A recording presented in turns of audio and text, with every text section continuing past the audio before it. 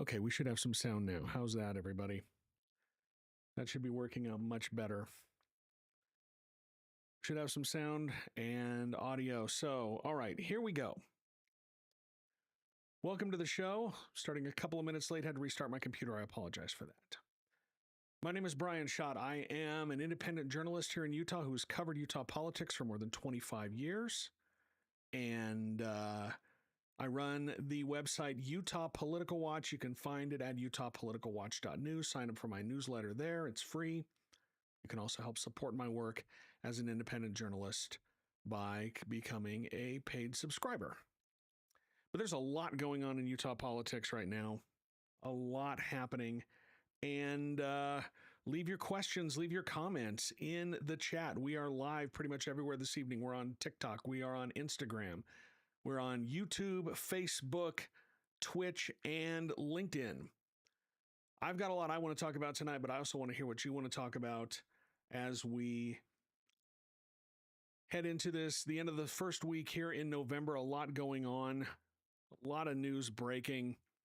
I think the biggest thing that we should probably start talking about is that it appears that Ben McAdams is going to run for Congress. As it's been reported, it's the worst kept secret in Utah. He's going to run. I reported last week that he updated his filing with the Federal Election Commission, and that allows him to start raising money. And apparently he met with a small group of supporters this week and told them that he's going to be launching his campaign a week from tonight on the 13th. That's when he's going to have his campaign kickoff. We don't even know what the maps look like yet, and there's some news on that front that we'll talk about as well. But Ben McAdams is going to make a second run for Congress, and why shouldn't he? You look at what happened across the country on Tuesday on Election Day, and Democrats had a very good night. Democrats did very well. And the map that the legislature passed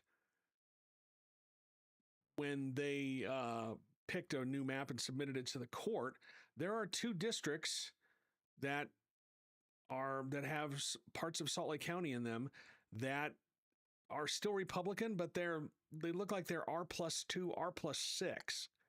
And those are margins that Democrats overcame in some very red areas of the state, very red areas of the country on Tuesday night. So why wouldn't Ben McAdams run for Congress? It looks like he's going to run. He barely lost to Burgess Owens in 2020. The margin was less than 4,000 votes, and that was in a district that was R plus probably 8. And the two districts in the map that the legislature passed earlier last month, the margins are much closer. They appear to be much closer. So we'll have to see what happens. On that front, the Republican Party here in Utah is abandoning their efforts to block the map from going into effect through a referendum. There's reporting today that they said that they are not collecting signatures. And that makes sense because they haven't spent any money. At least they haven't taken in any donations specifically for that effort. I've been paying attention to the disclosures for their PIC, their Political Issues Committee, which would be behind this referendum effort. It's called Utahns for Representative Government. And under Utah law, you have to disclose a donation 30 days after you put it in the bank, within their 30 days. They've been around for that long, and they have not disclosed a single donation. So this whole effort to launch a referendum to try to block the congressional map from going into place, the one that the legislature passed last month, it was bluffing. Either it was bluffing or they weren't. At the end of the day, they weren't very serious about it. Now they are still serious about their ballot initiative, or at least there's no reason to believe that they're not, about their ballot initiative to overturn Prop 4, to repeal Prop 4 at the ballot box.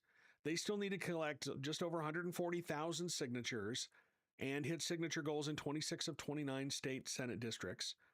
The threshold is 8% of all active voters. And they have until February 15th to do that.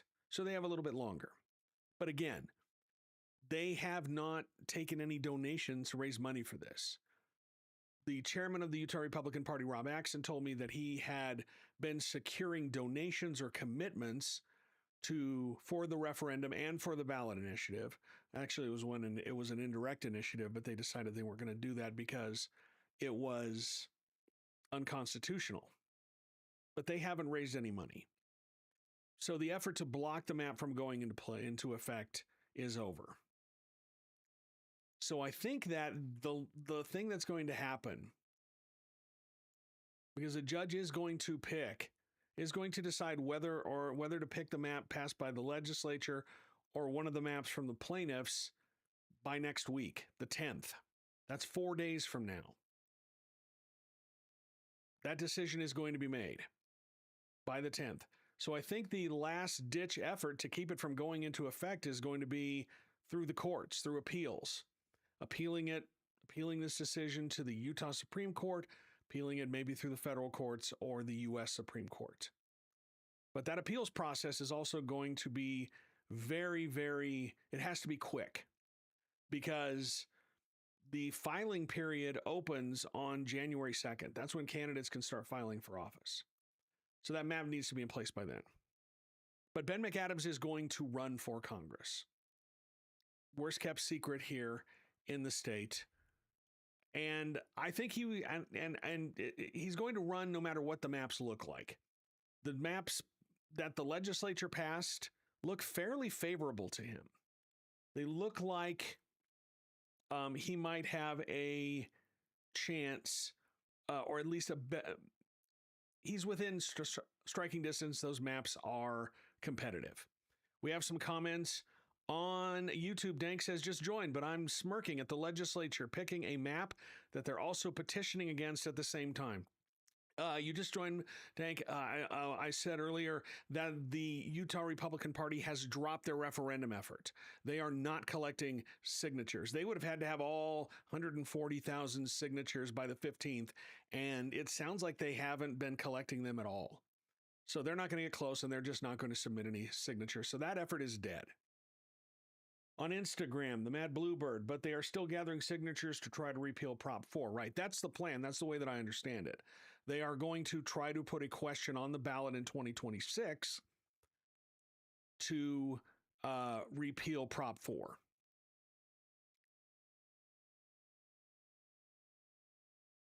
Just going through the TikTok, see if anybody has any comments. Again, your comments, your questions, leave them in the chat, and I will try to get to them as quickly as possible. But what do you think about Ben McAdams, running for Congress? The map, and again, I'm still not 100% convinced that we're going to have new maps. I think that maybe a friendly court will bail the legislature out and we'll keep the old maps in place. But what do you think about McAdams running? What do you think about the last Democrat to win a high-profile race here in Utah? Remember, he was elected in 2018. He won by less than 1,000 votes, defeating Mia Love. And then he barely lost to Burgess Owens.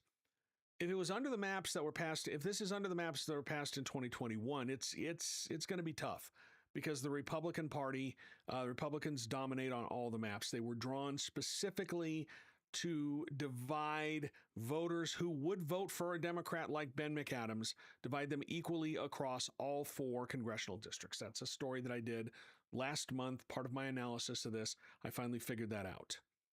But if we get one of the new maps, if he runs in the district that on the proposed map from the legislature, that is the west side of Salt Lake County out through Tooele, that's, I think, Trump +2, maybe. Trump would have carried it by 0.2. And the other district that's competitive is the east side of Salt Lake County out to the eastern border and then down to the southern part of the state.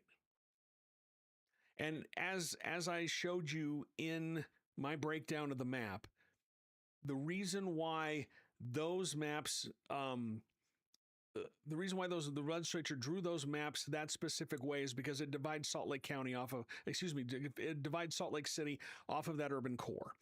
It connects it with the eastern side of the state, and then the rest of the urban core, South Salt Lake, West Valley City, those are in the other congressional district, and that creates two districts that are Republican leaning. If you keep the urban core of Salt Lake County together, Salt Lake City, West Valley City, South Salt Lake, you're going to create a district that would lean towards a Democrat, or that a Democrat would have carried, the Democratic presidential candidate would have carried in both 2020 and 2024. Not by much, but they would have carried it.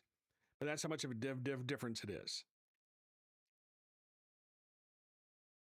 So Ben McAdams is going to jump in.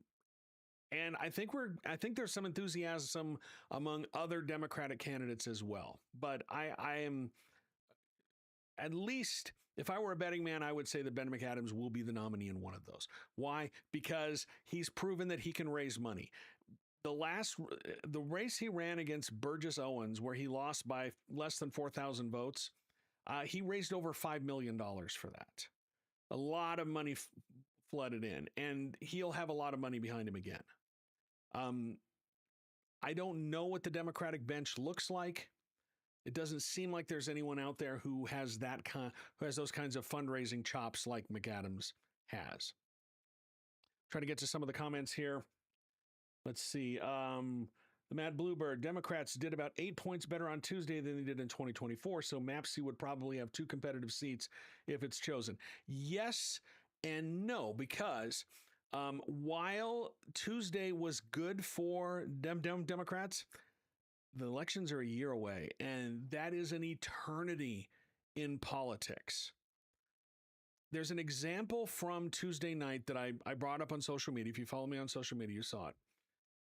Mikey Sherrill, who won the governorship in New Jersey, shortly after Charlie Kirk was murdered at Utah Valley University, she posted to social media, enraged Republicans, enraged conservatives, and her post was something along the lines of she didn't think that Charlie Kirk was a very good person because of some of the things that he said.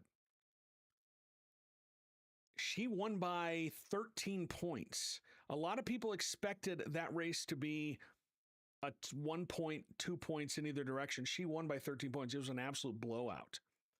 And so Republicans may have been energized by her comments or upset by her comments about Charlie Kirk. It didn't matter in the election. And that was 2 months. That was less than 2 months. And we've got a year. So a year is an eternity. So don't try to map.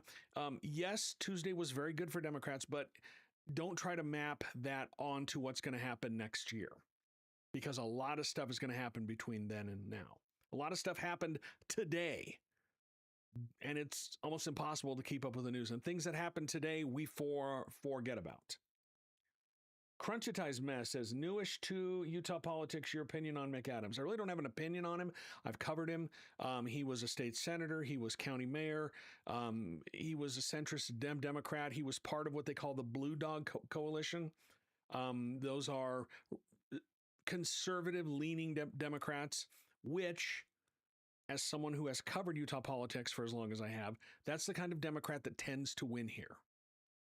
If you run a Democrat who has the same policy positions, or if you run a Zoran Mandami Democrat in Utah, they will probably get smoked. It just doesn't translate here.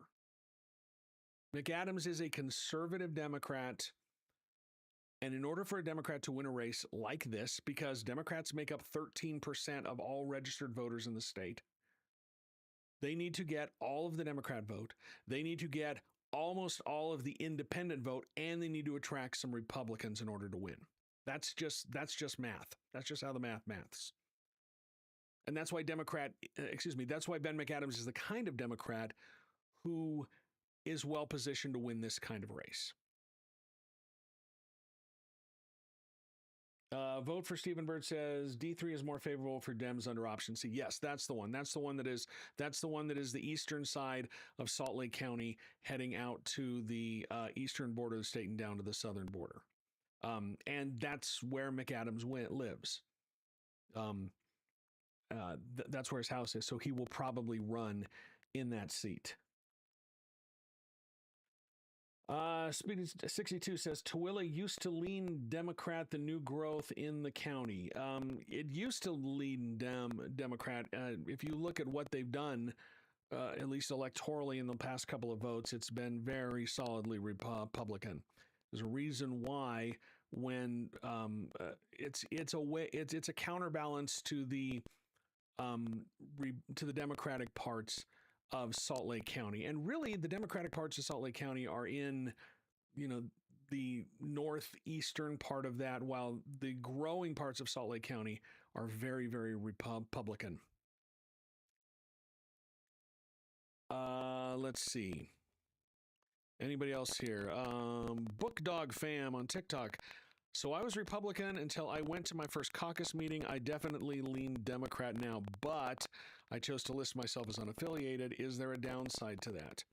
You just won't be able to vote in a Republican primary. Republican primaries are closed. You have to be a registered Republican to vote in them.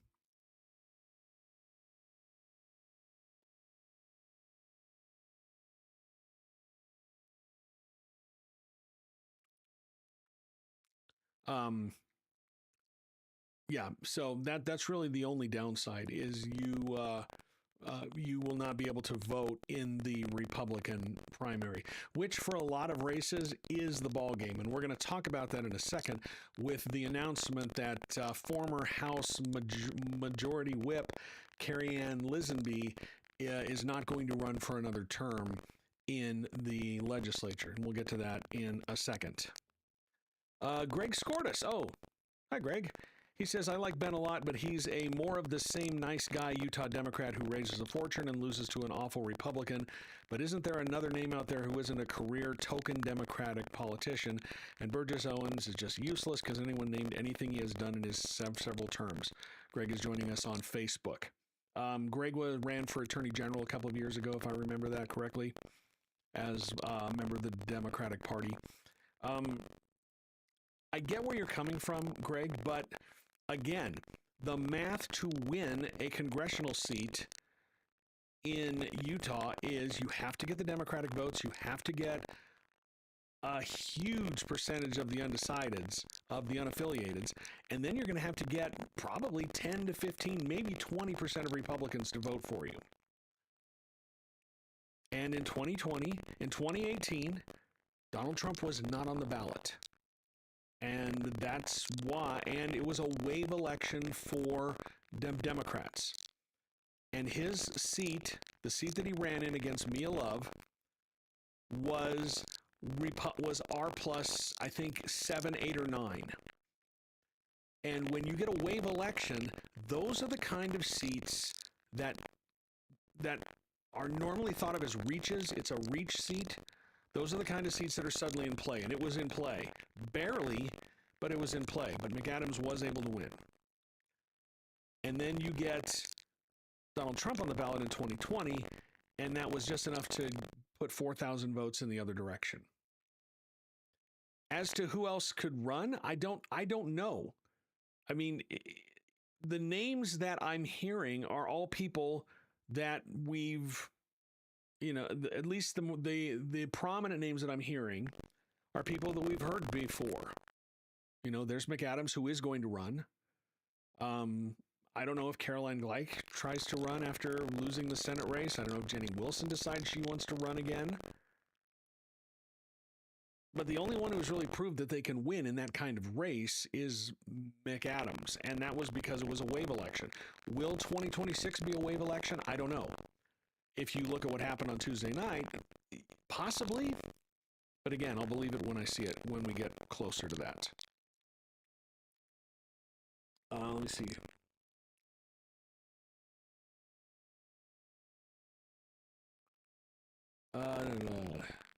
The Mad Bluebird on Instagram. How will the four incumbent GOP reps maneuver for the favorable GOP districts on the new map?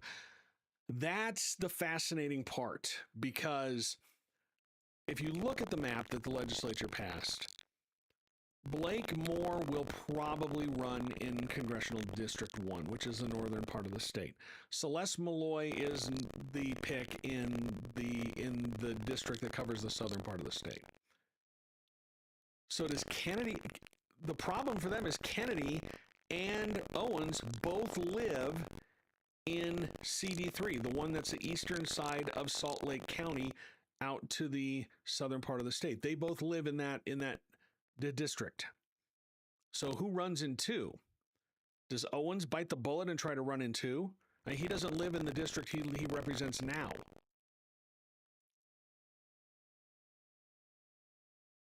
So does Owens bite that bullet and try to run in 2? Do they push Kennedy over to 2 because he's the freshman? I don't know. If I'm Kennedy, I don't want to run in 2, because Kennedy really doesn't have a connection to the eastern part of Salt Lake County and Tooele, but neither does Owens. So that's the fight. If this map goes through, people I'm talking to, I think that there's a chance that Owens decides he's not going to run. I think if this map is the one that is picked, if they don't block it in court somehow, the indications that I'm getting is that Owens may not run if this is the map.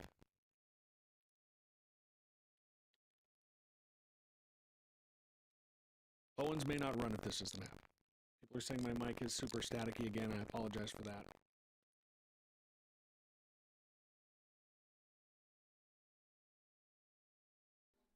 I'm just going to fix this. That should probably make it much better for everyone else. I'll just hit that filter and see if that helps. Okay. So again, if this map that was passed by the legislature goes into effect, the fight is going to be between Kennedy and Owens over who runs in the district that is the western part of Salt Lake County and Tooele, and the eastern part of Salt Lake County and the rest of the eastern side of the state. And whoever's running in that district that is from, I think it's 3, that runs to the from the eastern part of Salt Lake County out to the eastern part of the state and then down to the southern part of the state, that's going to be the Ben McAdams district, because that's where he lives.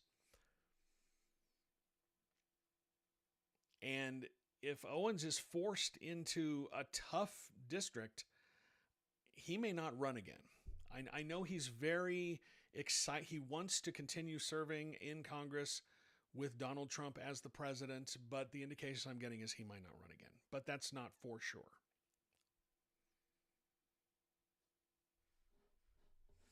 Okay, so that's what's happening on the congressional front. If you just joined late, the Republican Party has announced that they are not going to go through with their referendum to try to block the congressional map from going into effect. They haven't gathered any signatures. There's no way they're going to get to the number they need by the 15th of November.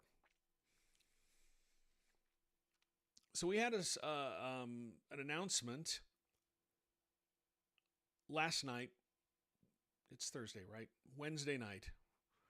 That former House Majority Whip Carrie Ann Lisenby is not going to run for another term in office. Lisenby is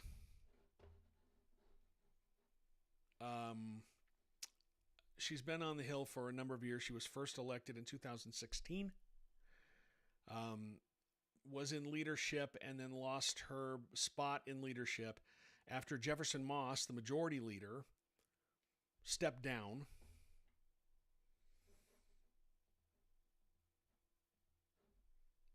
Announced he was retiring to take a job with the Cox administration as the head of the governor's office of economic development. Economic opportunity. Go-Yo. She's not running for another term.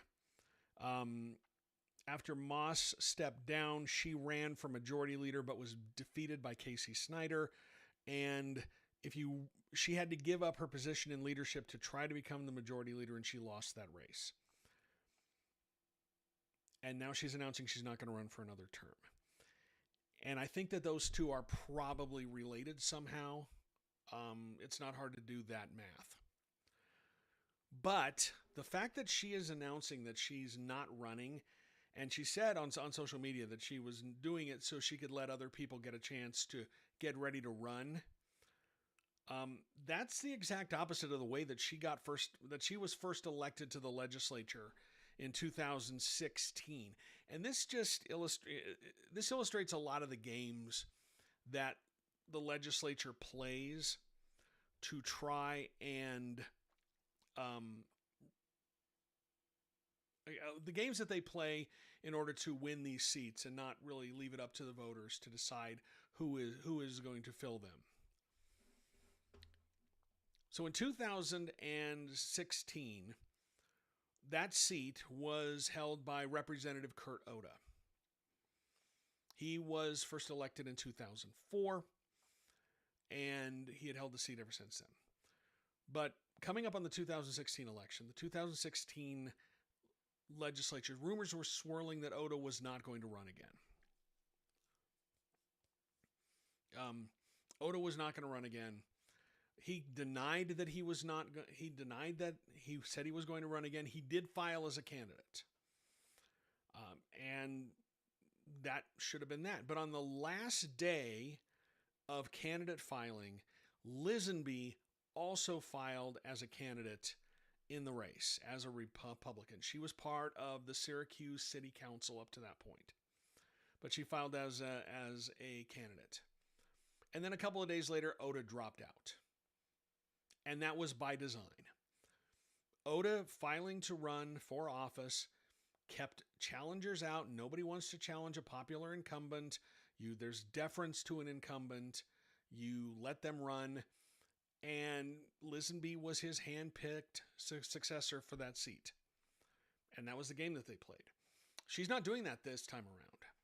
She does not have a hand-picked successor. There's nobody she wants to put into that seat.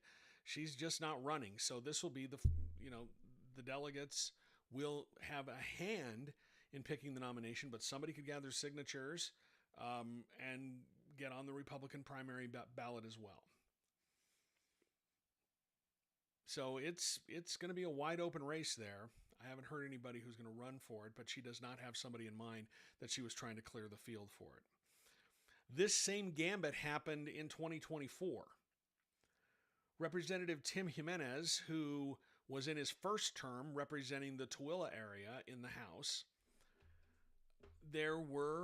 he filed to run again. He filed to run for another term. He was a freshman, filed to run another term in 2024. But also, Nicolene Peck filed as a Republican to challenge him. And then about a week and a half later, and then a week and a half after the legislature ended, he announced he wasn't running and dropped out. And that again was by design, because I reported the story when it happened. I reached out to him, and he said that he had asked her to run to file as a candidate in case he didn't want to run. Well, it was part of a scheme. And what that did was it cleared the field for Peck. She was not challenged when she went through the primary, through conventions, got the nomination easily, and then romped to an easy win in November. But Democrats did this too. And I know Greg Skordas, who's listening on Facebook, he might remember this story. But in 2001, then Senate Minority Leader Pete Suazo was killed in an ATV accident. Very tragic accident. He was beloved up on the Hill, but he was killed in that accident. And so Democrats picked his wife, Alicia, to fill out the rest of his term. She was there for one session and filled out the rest of his term. 2002 rolls around, the 2002 election rolls around, and she wouldn't commit to whether she was going to run or not. went back and forth, wouldn't commit, hadn't filed as a candidate. And then on the last day of the filing period, she announces she's not going to run, but that allowed her hand-picked successor, Nina Cisneros, to file and become the Democratic nominee by default, clearing the field. But that became an issue in the campaign because the Republican nominee, James Evans, who went on to become the Utah Republican Party chairman, James Evans was the Republican nominee in that race. He made it an issue. And there was another person who also launched an independent campaign for that seat. John Renteria, I believe is who it was. And Renteria and Nina Cisneros split the vote, and James Evans ends up winning. And that was the first. And this was a Salt Lake City Senate seat that had been Democrat for years, maybe even decades. And it flipped to the Republican that year because of that. Now, 2 years later, when Evans ran for re-election, he was defeated by Democrat Fred Fife by 27 votes. But that gamesmanship happened. The other thing that happens is you'll see legislators retire from their seat, and then the delegates get to pick their successor, and that person then becomes a quasi-incumbent. And we're going through that process right now in Senate District 11 because Senator Daniel Thatcher stepped down. He flipped from the Republican Party to the Forward Party. The Forward Party is having people declare their intent to run for that seat, and that's playing out right now. Thornmaker on YouTube says, a common talking point when discussing Utah polling data is around the number of left-leaning voters who are registered as Republicans. Has anyone tried to formally measure / poll how common this is? That's a big talking point, but it's not as common as you think. Okay, I need to bring up the story that I actually wrote about this because I broke it down. I wasn't expecting to talk about this, so let me find it.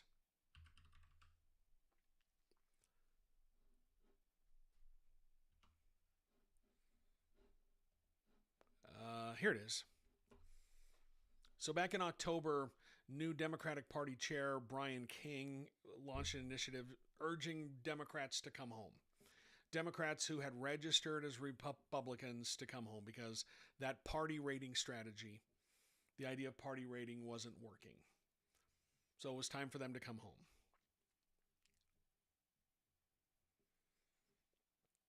And for those of you unfamiliar with party rating, this is the gist.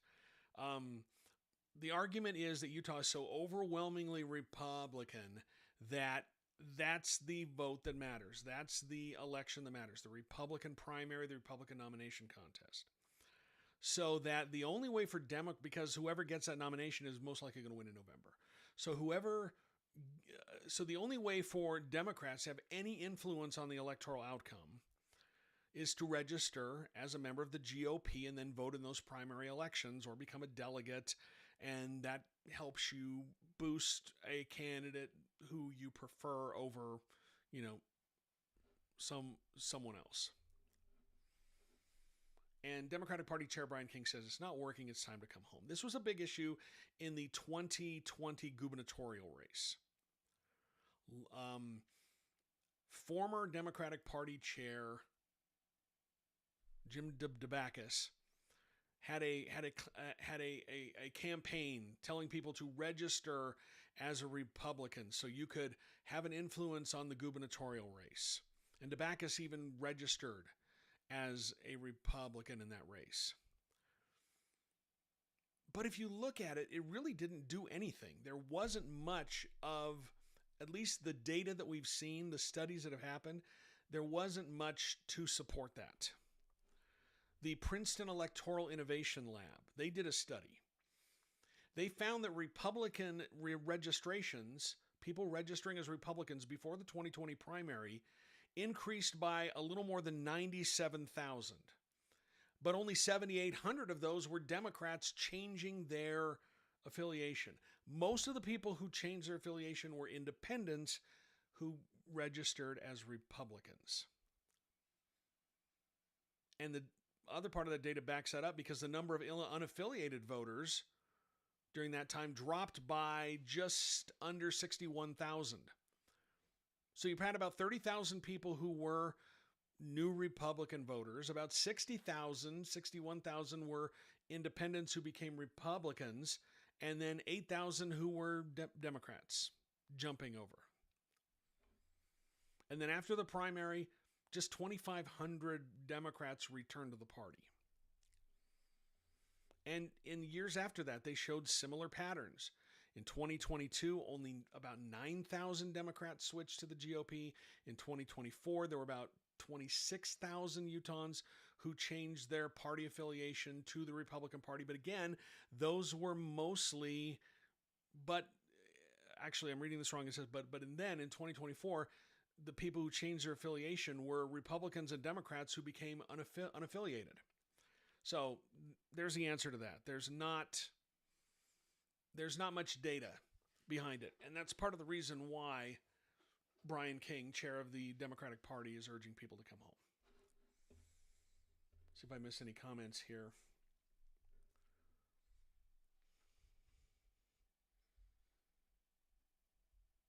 Stay-at-home lawn dad says, yo, love your content. You're a sharp dude. Thanks for doing what you do. Well, thank you for watching. Appreciate that. Thank you for your support. If you feel like it, you can go to my website, utahpoliticalwatch.news, sign up for my newsletter. If you want to support what I do, there's a tip jar there. You can throw me a few bones. What I do is 100% reader funded. I don't have a corporation. I own this website. I run it. It's me. And it's funded by the readers. There's my pitch. It's at utahpoliticalwatch.news. If you really like what I have, you can become a subscriber. You'll get some extra stuff. You can join our Discord, which is fun. We have some good discussions in there from time to time. And also, I do a subscriber-only version of this live stream once a week. I started doing that, and that one is really interactive because subscribers can actually join the call. They can jump on and use their microphone, but that's only for people who subscribe. Again, it's utahpoliticalwatch.news. Okay, let's see what else we have here on my rundown. Anything you want to know, want to talk about, leave it in the chat. We'll be going here for probably another 20 minutes or so. I wrote about this lawsuit this week. And Phil Lyman just cannot give it up. I'm sure that you're tired of hearing about Phil Lyman. I'm sure a lot of people are tired of hearing about Phil Lyman. I do know that sometimes I get, tired of talking about him.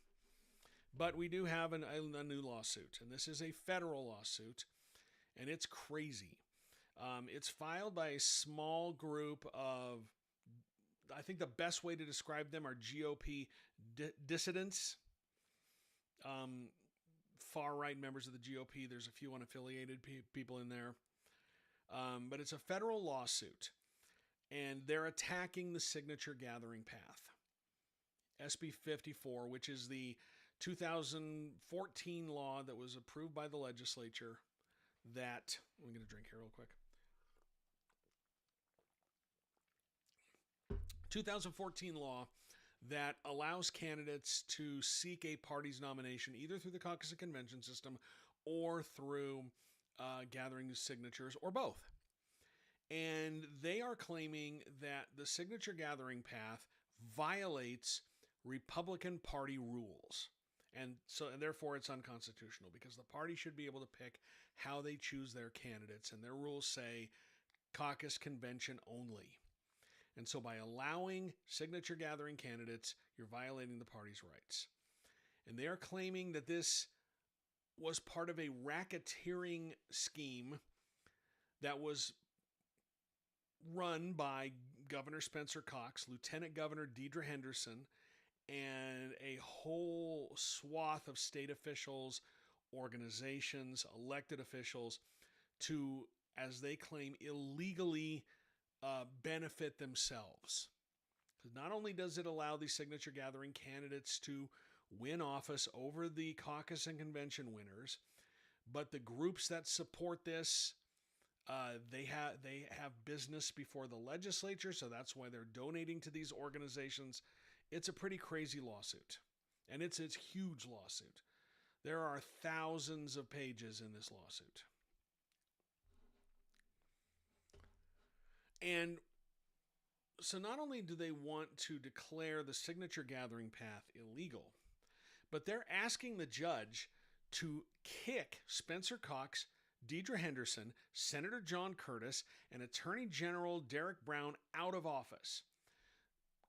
Boot them from office, declare the office vacant, and then to declare that the convention winners, Phil Lyman and Natalie Clausen for governor and lieutenant governor, Trent Staggs for U.S. Senate, and Frank Mylar for attorney general, once those four declared the winner and installed to finish out the rest of their term. Now remember, Frank Mylar was charged with trying to bribe another candidate in this race to drop out by offering them a job. But that's what they want from this lawsuit. And these are it's the same group of Phil Lyman supporters. You've got Tracy Halverson, who's running this. She was one of the people who behind that indeterminately and frustratingly long effort to try and stop Utah from having a new flag. She's still claiming that Utah is going to go back to the old flag on social media. Like I said when I was talking about this story, some people just don't know when to say no, or they don't know the meaning of the word no. Josh Setteroff on Instagram says, who is funding this lawsuit? That's a good question. I'm sure that they're raising some money for it. But yeah, I don't know who's funding it. But they've got people who are I want to say committed to the bit, but it's not a bit for them. So committed to the cause that they'll probably do it pro bono or for free. But Tracy Halverson was one of the leaders of this effort to try to get rid of the new Utah flag and is still trying to do that. Sophie Anderson is involved in this. If you don't know who Sophie Anderson is, congratulations. I have been familiar with her. She first came onto my radar after the 2020 election. She and another woman were online. They go by the name The Two Red Pills. They are election deniers.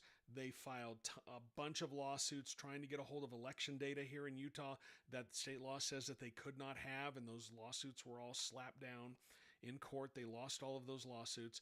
She is a very close advisor to Phil Lyman. She actually helped. She was his chief advisor during his bid to become the Utah Republican Party chair earlier this year, the one that he lost by just a few hundred votes. But she is the person who basically turned Phil Lyman into an election denier. And so those are two of the main people driving this lawsuit, that they want to kick Spencer Cox, Deidre Henderson, Senator John Curtis, and Derek Brown out of office, plus a member of the state school board. They want to kick that person out as well and put a convention winner in their place. It's very interesting because the lawsuit, you can tell that it was written by Tracy Halverson. She is a lawyer. She has some legal training, so she writes all of these lawsuits, and you can tell that she wrote it because it also brings up sort of a personal gripe that she has, where right after the 2024 election, she was thrown out of a Republican state Central Committee meeting because she wanted to come in and talk about the election results and Phil Lyman's lawsuit, and she was actively suing some people in the room, and they didn't want her to come in, and the cops had to be called. And so for some reason that is mentioned in this lawsuit. It's not germane at all, but you can tell that she's the one who is writing this. But what this does is this lawsuit just shows that before SB 54 came around, being a delegate was it. Delegates were the gatekeepers to the ballot. And Republicans in this overwhelmingly Republican state, the delegates decided the election. They were the gatekeepers to the ballot. You had to convince them. You had to win them over. That's who you had to woo if you wanted to win office. And before the signature path, they had an incredible amount of power. And the signature path has diluted that power, and they don't like it. They don't like it at all. So that's why they are trying this continued assault on the signature path in SB 54. Anyway, you can read more about that website, or that lawsuit, on my website, utahpoliticalwatch.news. What else is on my rundown? And if anybody has any questions, please leave your questions, your comments in the chat. I want to hear them from them. I want to have this opportunity to hear from you. I did a story today that the Utah County Republican Party, they've got a Central Committee meeting on Saturday. And the Central Committee is sort of like the governing body of the party. If you think that the Republican Party chair runs the Republican Party here in Utah, you're mistaken. It is the Central Committee, the 100 and some members of the Utah Republican Party Central Committee. And all the county parties have a Central Committee as well. And it is a fierce competition to be elected to these Central Committees. So the Utah Republican Party has a Central Committee meeting on Saturday. And there's a lot of party business that happens there. They're going to talk about the budget. They're going to talk about the caucus meetings next year. They're going to talk about a bunch of that. But one of the other things that they love to do at these meetings, and I used to go to all of them. I used to go to all of the Republican Party meetings in Utah, and I was pretty much the only journalist who went. And that's why they now bar journalists, because something crazy would always happen, and I always get a great story out of it. Something cuckoo would always happen. They would be talking, and it was usually with a resolution, or an elected official would say something, not realizing there was a member of the media in the room. But they don't allow the media to show up at their Central Committee meetings anymore. And while I hate that, I also understand it. I mean, I'm surprised it took them that long to ban me in the first place. If I were them, I wouldn't let me in. But anyway, back to the story that I wrote this afternoon. The Utah County Republican Party, they have, there are 4 resolutions on the agenda for Saturday, but 3 of them are worth your attention. Okay. The first one is an attack on something called the Dignity Index. And I don't know if you've seen that. It is an initiative here in Utah. It's state funded. It's housed up at the University of Utah.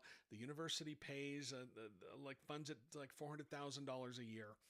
And what they do is they analyze political speech and rhetoric. And then they rate it. They put it on a scale to determine how dignified or contemptuous it is. And like I said, it's housed at the University of Utah as part of the Kem Gardner Institute. $400,000 a year the state funds it to. And this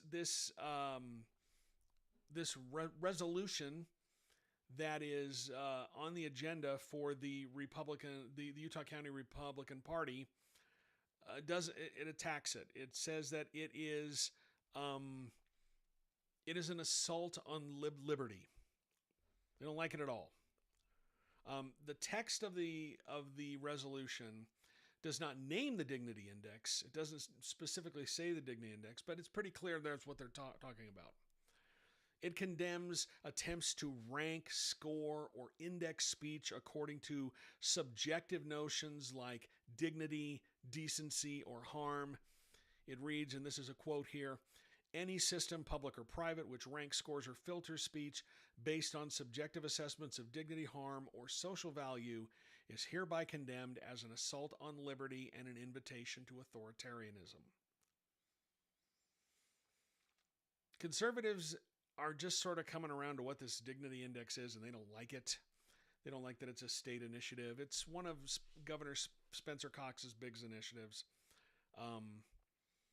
that he's been pushing ever since his Disagree Better. So that's one of the 3 resolutions worth your time. The second resolution is all about climate change denial.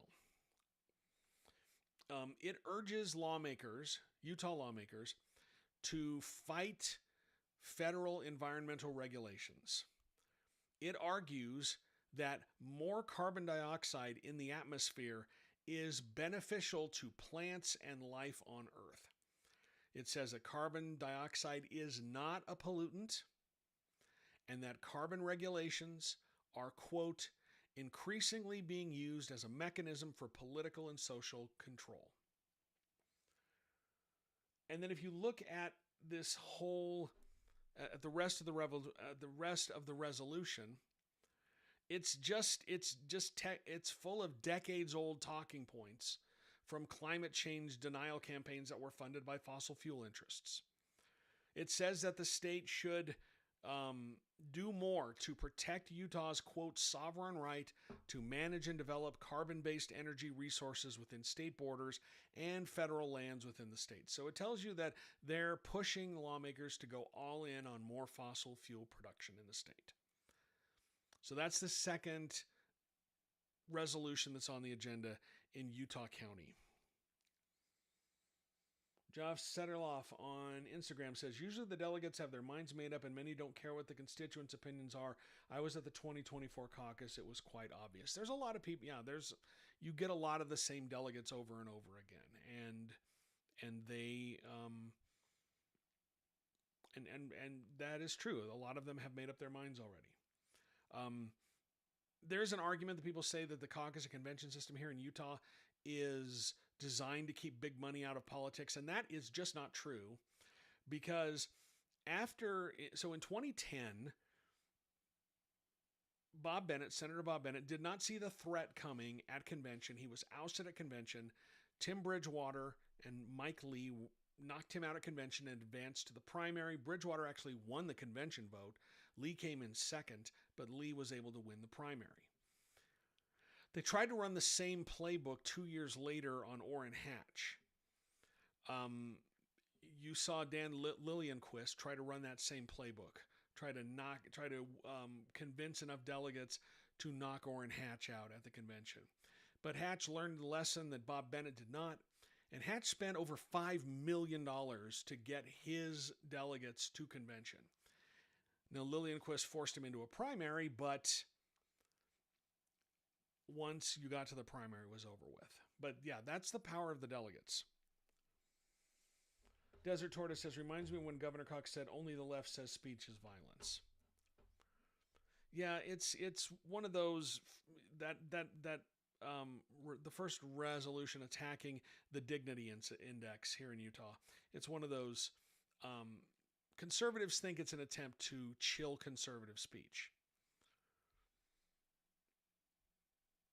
I don't think anything chills. Well, I mean, there is some chilling effect on speech. There can be, but I don't think that this. But this ain't it. This ain't it. But they don't like it.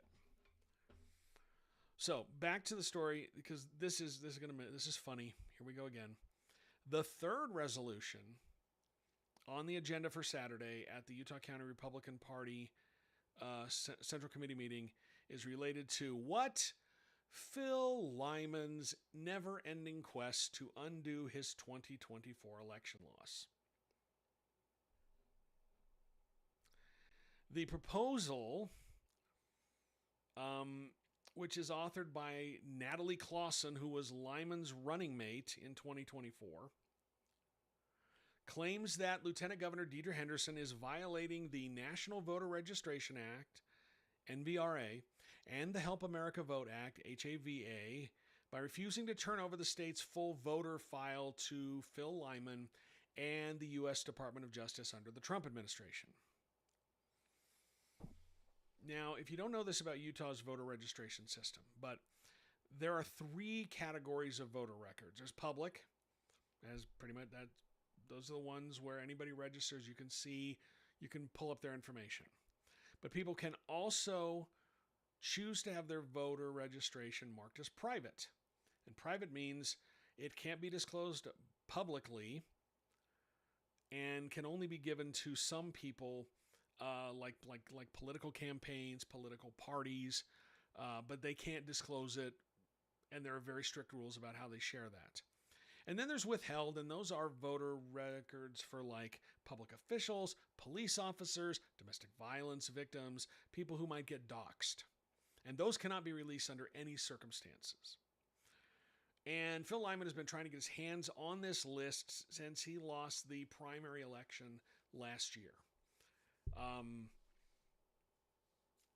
Part of the reason he says is that they want to cull the voter rolls. They want to make sure that they want to verify signatures. It's all part of Phil Lyman's election denialism. But also the Trump administration asked for that information earlier this year as well. Henderson did not turn over the full voter roll to the Trump administration. She said that Utah law shields those private and withheld records from public disclosure, so she didn't turn those over.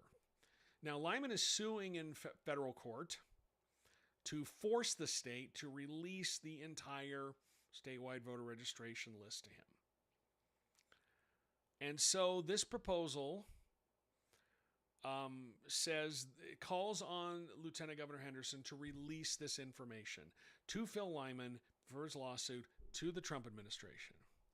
It also states as fact that there are undocumented or non-citizens voting in Utah elections. And that comes from a story involving soon-to-be former Representative Carrie Ann Lisenby, who earlier this year declared on social media that she had definitive proof that non-citizens were registering to vote in Utah and casting ballots. But every time anybody asks her to share that information, she refuses. So it's kind of like Schrodinger's voter fraud, to try and make a smart joke there. Nathan Detroit says on YouTube, conservative speech is chilled according to conservatives anytime someone is allowed to cover their ears when getting a bullhorn in their face. I'm not going to argue that. Josh Cederloff says, yes, I'll bet they love those lists, turn their crazy supporters out there to harass these people. I think you put your finger on part of it. But this is, again, they want the Utah County Republican Party leadership to officially endorse this position, and then they'll send this resolution to the lieutenant governor and the legislature, and it will probably be entered in court if it passes. Because it's all part of this scheme. The Utah Republican Party is really good with these resolutions, using them to try and turn them into statements of fact that support their positions. You'll hear people when they testify before legislative committees that they'll talk about, well, the Utah Republican Central Committee passed this resolution, or the convention passed this resolution. And that's supposed to carry some large amount of weight, and it does in some cases. So if you're looking to have some fun, that meeting is Saturday morning at Lehigh Junior High School. And I'm not giving anything away because they have publicly said that that's where it is. Okay, we're coming close to the end here. I want to throw one thing out. And this sort of jumped into my brain today, and I don't know why, but I kind of want to throw this out here just to get it on the record. Are you aware of the, I don't know if you're aware of the civil war that is gripping the Heritage Foundation right now over Nick Fuentes, and who is an anti-Semite and a neo-Nazi. Last week, well, within the last 2 weeks, I don't know the exact date, but Tucker Carlson hosted Nick Fuentes for a softball interview on his podcast. And Nick Fuentes made a lot of really anti-Semitic remarks. Really kind of gross anti-Semitic remarks, but that's who Nick Fuentes is. And there were a lot of people who were outraged by this. And Kevin Roberts, who is the head of the Heritage Foundation, and for the record, the Heritage Foundation is the author of Project 2025, but Kevin Roberts came out and defended Tucker Carlson after this. And that has caused a lot of chaos inside the organization. There was a report in CNN today that staffers are outraged. They're up in arms about the whole thing. Because Kevin Roberts, the president of the Heritage Foundation, defended Tucker Carlson, who had neo-Nazi Nick Fuentes on his podcast. And if you want to really know more about Nick Fuentes, look up the term Groyper, Groyper. You'll have a lot of fun reading about that. Those are his supporters. And Nick Fuentes hated Charlie Kirk. Like, he made his entire career attacking Charlie Kirk from the left, or from the right. Sorry, from the right.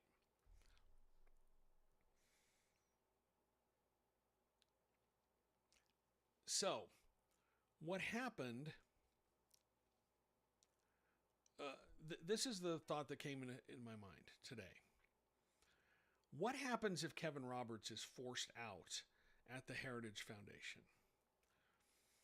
I think someone who would really like that job would be Senator Mike Lee. Now, hear me out. Senator Jim DeMint stepped down from the Senate to go head up the Heritage Foundation a number of years ago. I don't remember exactly when that happened. I think it was during Senator Lee's second term. But Senator Jim DeMint left the Senate and went to head the Heritage Foundation. And a lot of people I talked to around Senator Lee said that was the kind of job he would like, heading up a Washington think tank. And those jobs don't come open very often for organizations like the Heritage Foundation. So if Kevin Roberts and Mike Lee is very intertwined with the Heritage Foundation.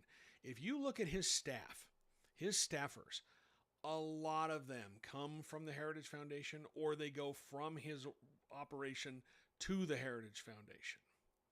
That's true for a lot of other senators as well. But Senator Mike Lee is very, very in lockstep with the Heritage Foundation. And I don't think, this is not me saying this is going to happen, okay? This is not me predicting it. But I just want to put it out there because if it does happen, I want to be able to have it on the record, and then I can do a victory dance in everybody's face. But I think that there is a world in which if Kevin Roberts, the head of the Heritage Foundation, is forced out because of this defense of Tucker Carlson, if he's forced out, I think Mike Lee immediately becomes a prime candidate. Nathan Detroit on YouTube says, I don't think Lee has any interest in being a Senate lifer. I think he wants SCOTUS, but Heritage would be more lucrative in the spotlight. Yeah, I don't know if Lee is going to get a Supreme Court nomination. He's in his 50s. That's not the kind of person that the conservatives want. That's not the kind of people that they're going to want to put in that seat. They want someone who's probably in their 40s. And I think that Mike Lee might be just a little bit too old for that. I mean, yes, he's all in on Trump. But the social media persona that he has cultivated through his base Mike Lee Twitter account, and I think his desire for attention. I mean, I think he looks at Ted Cruz's podcast, and there's a twinge of jealousy there. The Heritage Foundation would be a huge platform, and Mike Lee is just, or at least he fancies himself as enough of a wonk that would be very, very attractive to him. Again, I'm not saying that that's going to happen, but I am saying that there is a universe in which that happens. Brooke on TikTok says, my Mormon neighbors love Mike Lee. Yeah, Mike Lee is very, very popular in Utah. I know there are people who don't like him. I know there's a lot of criticism of him, but he is a Republican Party rock star, especially among the delegates here. He's not going to lose an election. That seat is his as long as he wants it. But I think if the Heritage Foundation were to come open, that would be very attractive for Senator Lee. Because, as I said, I heard it before. I heard it when Jim DeMint left the left the Senate to become the head of the Heritage Foundation, I heard there was a lot of jealousy by Senator Lee because that is something that he covets. Nathan Detroit says Lee really wants to be viewed as a smart constitutional scholar. Yes, he does. Yes, he does. And where better than the Heritage Foundation, an entire organization that would be focused on pushing his constitutional worldview. And maybe in a future live cast, we'll spend some time talking about Senator Lee's pocket constitution and how it is very problematic. Can you say John Birch Society, people? Josh Sederloff on Instagram says, plus they seem to lean towards guys accused of SA for SCOTUS nominations. Well, that's just one. I mean, not going to comment too much on that. Brett Kavanaugh. Okay. Okay, we've been going for more than an hour. Anybody have any last minute comments? Anyone have any last minute questions, requests, recipes, weekend plans? Leave them in the comments. I'd love to talk. I'd love to hear them here as we start to wrap up. I'm going to give you my pitch. Again, I am an independent journalist. I have been covering Utah politics for a long time. I love talking to you about this sort of thing. But you know, this kind of content, this is my full-time job, and it's funded entirely by readers. And I'm very thankful for those readers who are allowing me to do this. You are benefiting from them. Nathan, who is on the YouTube live stream, he is one of our subscribers. If you like this content, first drop me a follow on whatever social platform you're on right now. That's the easiest thing to do. Just drop me a follow. That helps me get my message out. Share my content. That helps too. If you want to go a step further, go to my website, utahpoliticalwatch.news, and sign up for my newsletter. It's free. If you wanted to go a step further, you can help support this financially. You can become a paid subscriber. It's $5 a month, and you get an extra subscriber-only newsletter. I put it out almost every morning, most mornings. I think I've only missed a few. I missed one earlier this week because I wasn't feeling well. And that's subscriber exclusive, and I give you some thoughts, some analysis, some exclusive reporting in that. You also get access to our Discord. I'll send you some stickers, and you also get to participate in the subscriber-only live stream, which we are probably doing on Sunday. Only subscribers will be able to participate in that, and it's fun because you get to actually participate. You don't have to leave your questions in the chat. You can actually call in on that one. And then I put it out as a podcast for subscribers who missed it later. That's $5 a month at utahpoliticalwatch.news. If you don't want to do a subscription, if you don't want that kind of commitment, there's also a tip jar there. Donations help as well. That funds all of this. There are no billionaires behind this. There's no corporations. I answer to my readers. I answer to the people who are making this possible. And those subscribers right now are carrying the load for everybody else. And it's great, and I appreciate them, but we could use more of you. We always could use more of you.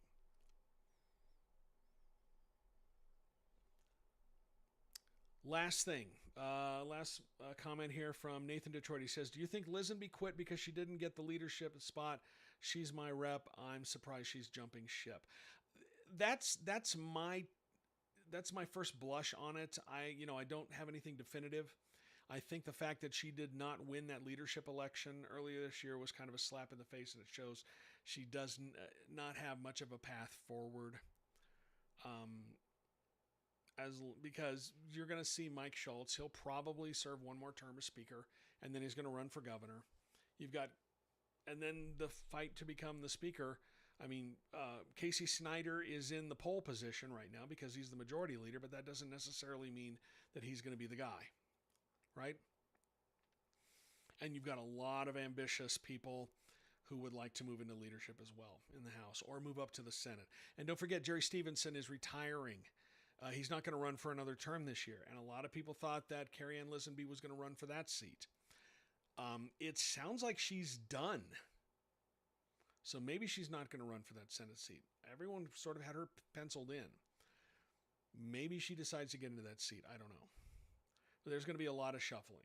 Right now, there's going to be 3 technically open seats next year so far. You got Jerry Stevenson, you've got Carrie Ann Lisenby's seat, and then Daniel Thatcher's seat, although they're going to pick someone to fill out the rest of his term, but technically that's going to be a big fight for that seat as well. Okay, that's it for this evening, guys. Appreciate you watching. Again, one last pitch. Go to my website, utahpoliticalwatch.news. Sign up for my newsletter for free. Become a subscriber or leave a donation. All of that supports the product. I'll be back again with these at least one time next week. If something breaks, we'll do an emergency one of these. We'll have a subscriber-only live chat coming up over the weekend, but you have to be a paid subscriber to participate in that. But that's coming up over the weekend, and that's also a lot of fun. Again, everybody, thank you again for watching. Thank you for having for spending part of your Thursday evening with me. I'm going to go grab some dinner, and we will talk to you again soon. Thanks.